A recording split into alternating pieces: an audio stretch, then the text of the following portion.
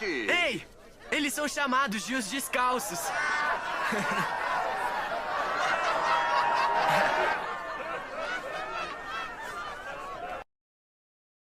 O filme começa mostrando um jogo da Copa do Mundo de 1958. A partida é entre o Brasil e a União Soviética. Podemos ver uma enorme multidão torcendo, enquanto o comentarista fala coisas negativas, criticando o jeito brasileiro de jogar futebol. Vê se pode. Ao mesmo tempo, a cena muda para o vestiário do time brasileiro, onde Pelé, o jogador mais jovem a jogar a Copa do Mundo, é mostrado. Depois disso, a cena muda para 8 anos antes, onde podemos ver um grupo de crianças engraxando sapatos e doidas para jogar futebol. Por causa das duras condições de vida dessas crianças, elas não têm uma bola para jogar. Por isso, elas roubam algumas roupas da vizinhança e enfiam os tecidos dentro de meias para fazer uma bola de futebol. O grupo de meninos joga futebol com a bola improvisada, jogando de um telhado para o outro, sem deixar com que a bola toque o chão. Na cena seguinte, vemos uma das crianças, Dico, levando uma bronca da mãe por voltar para casa todo sujo depois de jogar futebol.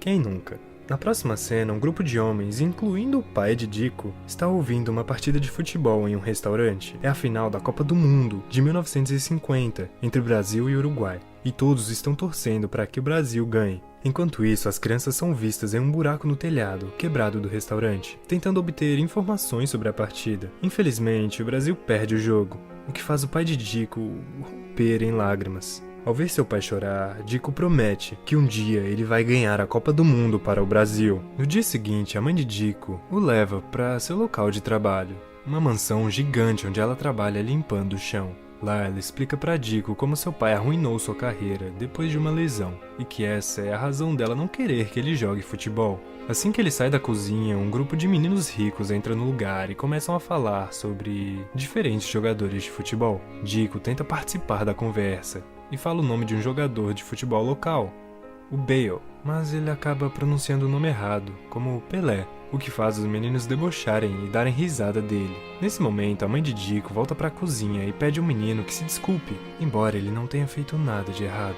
Antes de ir embora, Dico pega um pedaço de jornal trazido pelos meninos, mencionando um torneio de futebol. Em seguida, vemos Dico e seu grupo de amigos se aproximando desse torneio de futebol e dando seus nomes para participar. Embora eles sejam pobres e não tenham roupas ou sapatos para jogar, eles mostram habilidades incríveis que deixam no chinelo quase todos os outros times do torneio.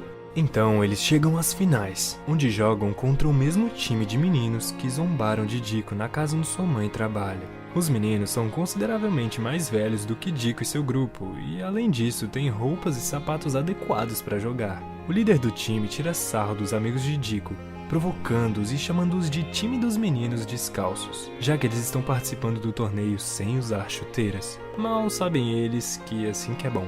Depois de ouvir os insultos, o time de Dico decide arrumar chuteiras para o próximo jogo a qualquer custo. Esse é o melhor exemplo do jeitinho brasileiro, já que, para ter chuteiras novas, o grupo planeja roubar amendoins e vendê-los. O vendedor de amendoim percebe os garotos roubando e corre atrás deles. No entanto, Dico e seus amigos conseguem fugir e chegar ao mercado. Na próxima cena, enquanto os amigos estão vendendo os amendoins, o time rival chega ao local e começa a insultá-los novamente. Dico fica bravo com as ofensas e bate no líder, resultando em uma briga. E aí o jiu-jitsu comeu. Ó o pau quebrando, pai, eita pô.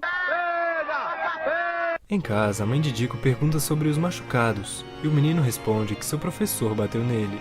Se você é muito novo e não sabe, os professores podiam bater nos alunos, antigamente. O pai de Dico intervém e diz que vai conversar com o professor no dia seguinte. O pai de Dico então leva o garoto até seu local de trabalho e fala que ele sabe sobre a briga e também sobre o torneio de futebol. Em vez de ficar com raiva, ele sugere que Dico deixe de lado suas emoções e responda aos adversários mostrando suas habilidades.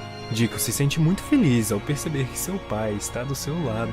O grande dia finalmente chega, e todas as pessoas no torneio parecem estar torcendo pelos garotos ricos. Eles novamente tiram sarro de Dico, chamando-o de Pelé. Dico e seu time finalmente conseguem as chuteiras de futebol, mas elas parecem ser muito grandes para os garotos. Ainda assim, eles usam os sapatos desconfortáveis. Por serem muito grandes, as chuteiras deixam o time de Dico lento ao correr, e isso serve como vantagem para a equipe adversária, que marca gol após gol, levando o placar para 6-0.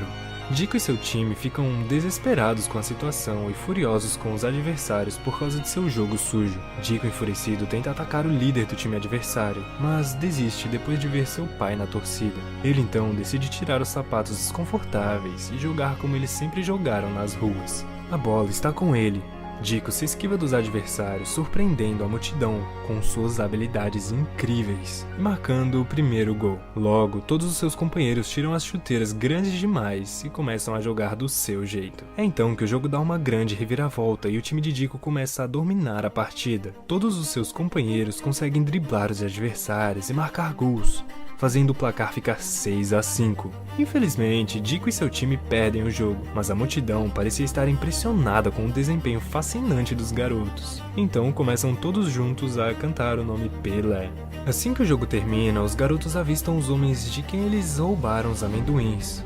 Os homens vão atrás dos garotos, fazendo com que eles corram para a floresta. Um dos amigos de Pelé tropeça em um galho e cai no chão. Pelé volta para ajudá-lo e o leva para um pequeno buraco no chão para se esconder. De repente, começa a chover e acontece um deslizamento de terra que soterra seu amigo. Infelizmente, o amigo de Pelé morre. E o garoto volta para casa completamente transtornado, chorando na frente de sua mãe e culpando a si mesmo pela morte do amigo. No dia seguinte, o pai de Pelé o leva para seu trabalho, com o objetivo de distrair um pouco o garoto da tragédia que aconteceu com seu amigo. O pai tenta animá-lo, mostrando algumas de suas habilidades enquanto brinca com mangas. Pelé o ignora por alguns dias, mas depois começa a se juntar a ele e treinar com mangas também. Alguns anos depois, Pelé tem 15 anos e sua mãe o vê praticando com seu pai e finalmente decide entrar em contato com um olheiro chamado Valdemar de Brito. Quando volta para casa, Pelé fica feliz ao ver Valdemar esperando por ele. Valdemar sugere que Pelé participe dos torneios do clube de futebol local, que era o Santos. Na cena seguinte, Pelé aparece treinando profissionalmente com um time de futebol. Ele começa mal e encontra dificuldades em se adaptar à forma tradicional de jogar futebol. Desanimado, Pelé decide voltar para sua casa. Enquanto ele está na estação de trem, Valdemar o encontra e pergunta qual é o motivo do rapaz querer voltar para casa. Pelé responde que parece que o jeito dele de jogar futebol não é aceito na academia e o treinador não gosta dele. Valdemar explica que seu jeito de jogar futebol é considerado o estilo ginga, que foi usado na era da escravidão. Ele admite que ele mesmo joga melhor nesse mesmo estilo, mas acrescenta que esse estilo foi ocupado pela derrota do Brasil na Copa do Mundo de 1950. Finalmente ele diz que Pelé deve decidir entre ficar e provar seu talento ao mundo ou voltar para casa como um covarde. Valdemar vai embora e Pelé pensa um pouco e decide ficar. No dia seguinte, enquanto jogava uma partida, Pelé faz alguns movimentos ruins, chateia seu treinador e a si mesmo. De repente, ele se lembra dele e seu pai treinando com as mangas, e imagina Valdemar no campo, torcendo por ele. Então ele decide jogar do jeito que ele sabe. Ele pega a bola e dribla com facilidade entre as pernas dos adversários. Ele chuta no ar como ele praticava com as mangas e manda a bola na rede, fazendo um gol. O treinador fica chocado com a forma como Pelé marcou o gol e pede para ele fazer de novo. Pelé novamente surpreende a todos com sua técnica antiga de jogar futebol. Ele continua jogando nesse estilo em outros times e começa a construir um nome para si mesmo sendo o jogador mais jovem da equipe. Pelé é então promovido do time júnior para o time profissional, jogando partidas com as equipes de todos os países. Um dia ele faz uma visita surpresa para sua família, trazendo alguns presentes para todos, incluindo um rádio para seu pai. A família decide ouvir no rádio o anúncio da seleção brasileira para a Copa do Mundo de 1958, basicamente a convocação. Pelé não tem a menor esperança de ser convocado, porque ele é muito jovem. Apesar disso, eles ouvem um anúncio e, para sua surpresa, Pelé é selecionado na equipe. Quando Pelé está indo embora para se juntar à seleção brasileira, seu pai diz para ele acreditar em si mesmo e em sua maneira de jogar futebol. Pelé conhece seus companheiros de equipe e eles parecem bem amigáveis. No entanto, durante uma transmissão para a TV, os repórteres tiram sarro do jeito brasileiro de jogar futebol no estilo ginga. Depois disso, o técnico da seleção brasileira chama Pelé para uma reunião e o adverte sobre jogar no estilo ginga. No dia seguinte, Pelé tenta jogar da maneira europeia tradicional, como o treinador sugeriu, mas ele acha difícil. Ele então decide tentar do seu jeito, mas acaba tropeçando e machucando seu joelho. O médico da equipe o examina e infelizmente confirma que a lesão pode o impedir de jogar na Copa do Mundo. À noite, Pelé liga para sua mãe e fala com ela sobre sua lesão. Sua mãe fica chocada ao ouvir isso, mas ainda encoraja-o a ter fé e cuidar de si mesmo. A Copa do Mundo finalmente começa e o time brasileiro consegue ganhar algumas partidas. Os jogos são muito brutais e competitivos, e por causa disso vários jogadores acabam se lesionando. Sem alternativa, Pelé, mesmo machucado, precisa entrar em campo e jogar pelo seu país. Nervoso, Pelé inventa algumas desculpas, mas seu treinador o obriga a jogar mesmo assim. Na cena seguinte, Pelé entra em campo junto com seu time, e seu treinador lembra-o de manter o combinado e jogar da maneira tradicional. Durante o jogo, Pelé joga como seu treinador sugeriu, e o time brasileiro consegue ganhar. O jogo seguinte é contra a França e é a semifinal. A seleção brasileira está atrás da França com 1-0 no placar. Depois do primeiro tempo, durante o intervalo, Pelé olha em volta do vestiário e percebe vários jogadores lesionados e muito cansados. Ele fica desanimado,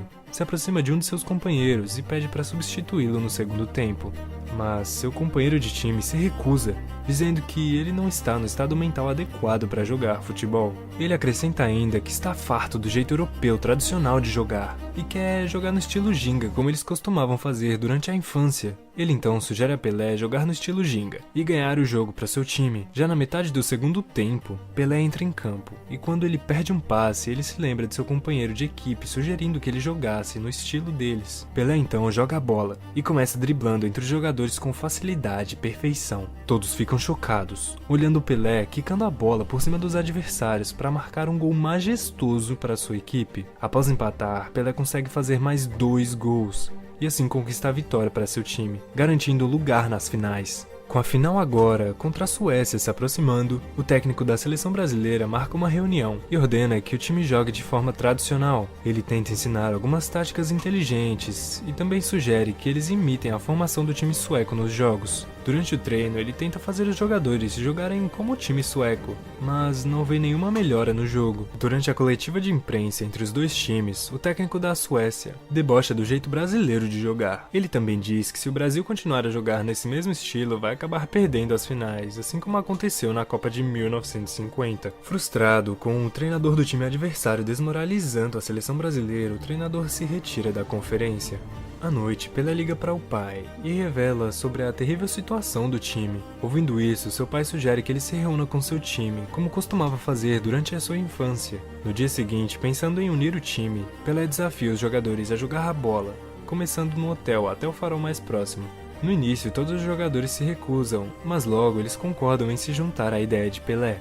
Eles começam a chutar a bola para todos os cantos, sem deixá-la tocar o chão. Ao ver isso, o treinador também percebe que ele estava ensinando todo mundo do jeito errado. Pouco depois, o treinador conversa com o time e admite seu erro ao ensinar outras técnicas e estilos tradicionais de futebol. Ele sugere que o time jogue no estilo ginga nas finais e mostre ao mundo o jeito brasileiro de jogar futebol.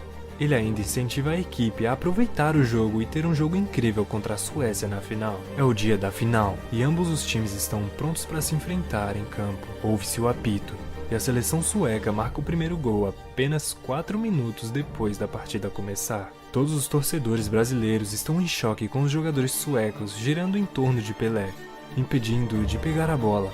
Mas logo os jogadores brasileiros se recuperam e Pelé ajuda a marcar o primeiro gol para o time. Um após o outro, a seleção brasileira marca gols e Pelé também. Logo soa o apito final e o jogo termina com a pontuação de 5-2. O Brasil vence a Copa do Mundo pela primeira vez na história. Todos os companheiros de Pelé invadem o campo e levantam Pelé em seus braços. A cena então muda para uma gravação no momento real em 1958, após o Brasil vencer a final.